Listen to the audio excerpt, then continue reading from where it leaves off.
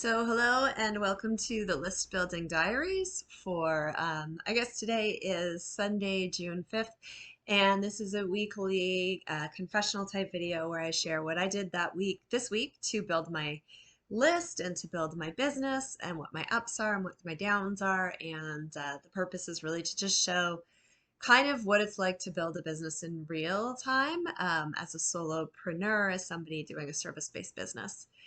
I've decided to quit caffeine, and I'm going to talk a little bit more about this. And I am just so freaking tired. So I'm coming to you from my bed in my bedroom. Yeah, because this is day one with no caffeine and trying to eat healthier and not propping myself up with artificial stuff like sugar and caffeine. So here are the numbers for last week. I don't know what I was at last week because I'm too tired to check. But this week I had 340 subscribers, which I think is down.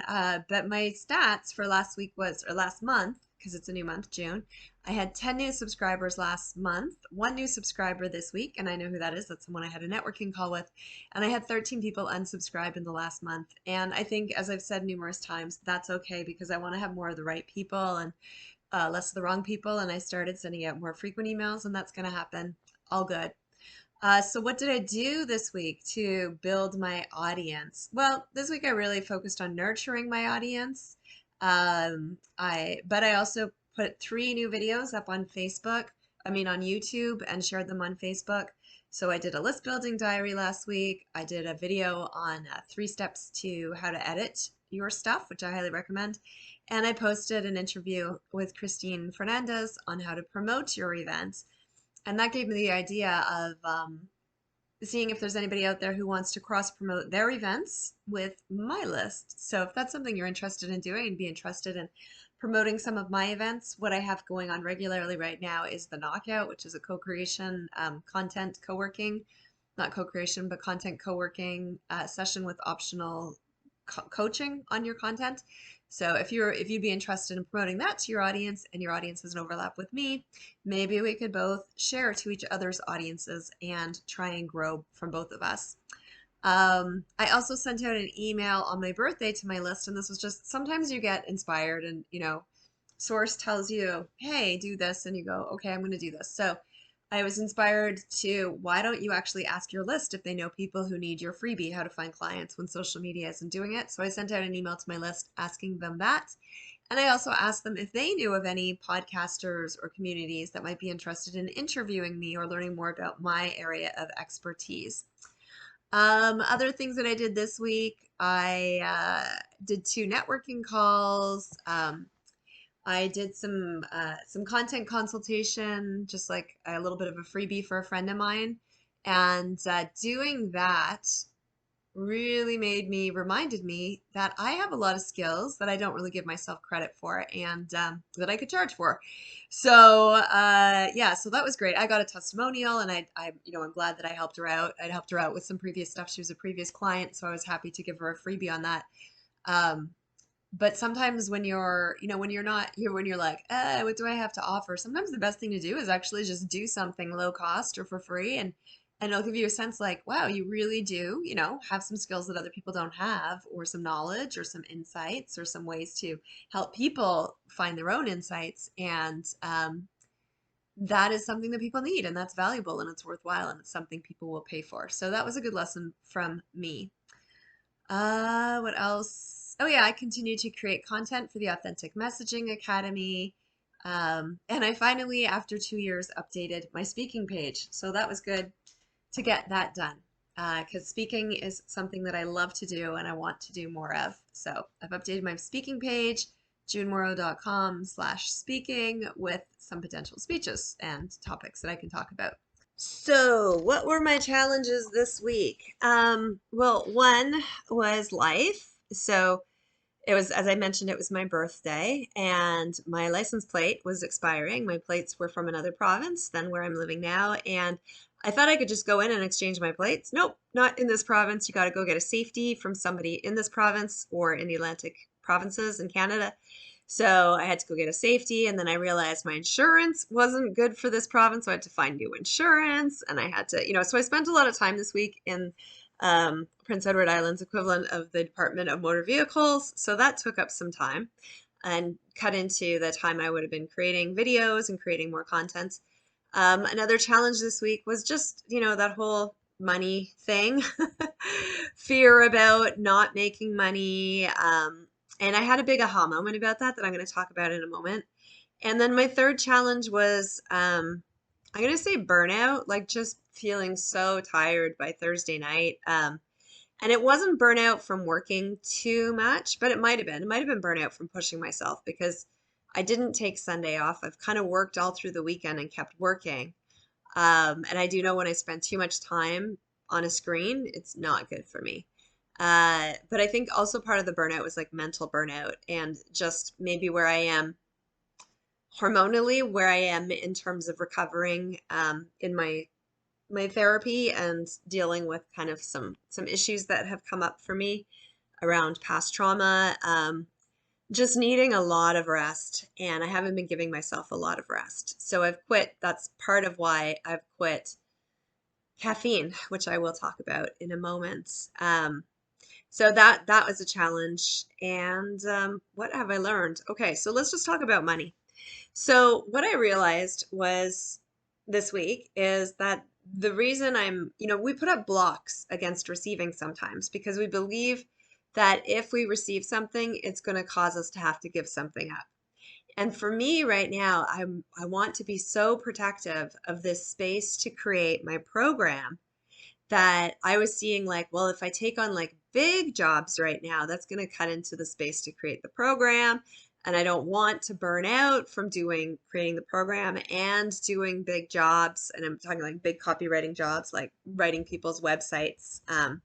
I can still do like consultations, which I've been doing, helping people figure out like what to say on their websites and where to say it, because those are smaller jobs, but big jobs like writing a website or doing other copywriting is labor intensive. So yeah, so I've realized that I've been blocking money because I've been seeing it as either or, right?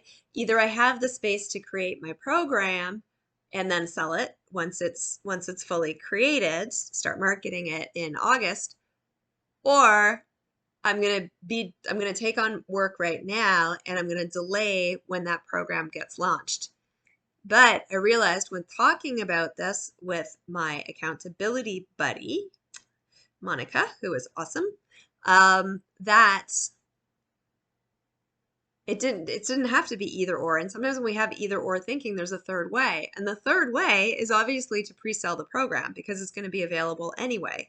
So pre-sell it at a discount, which is what I'm going to do. I'm going to put up some new prices on the program.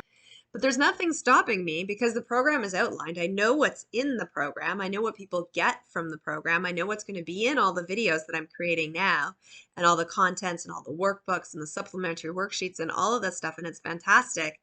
I know what's in that.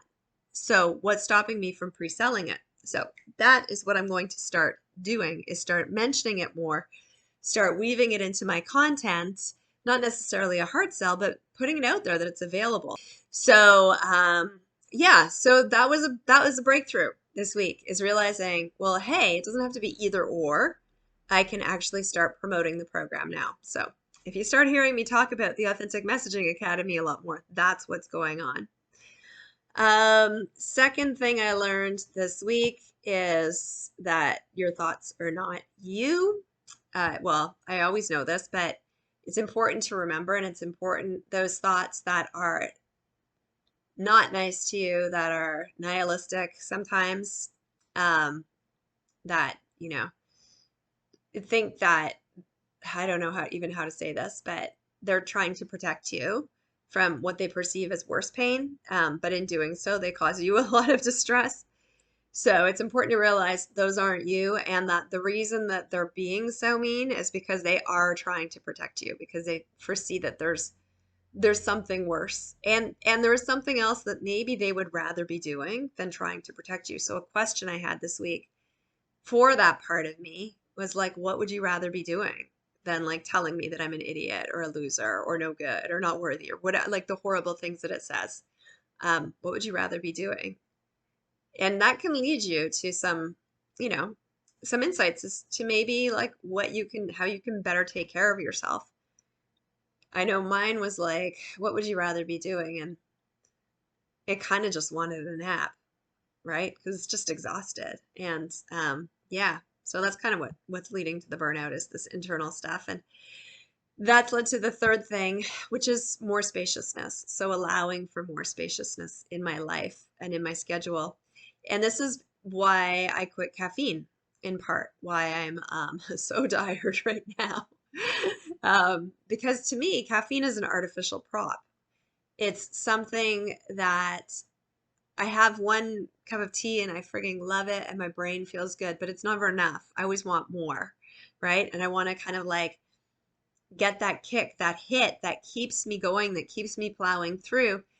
When really, what I'm hearing from my body is I need more rest. I need to be able to stop and I need to be able to check in. And plowing through is sometimes a way of avoiding the other things that are going on inside.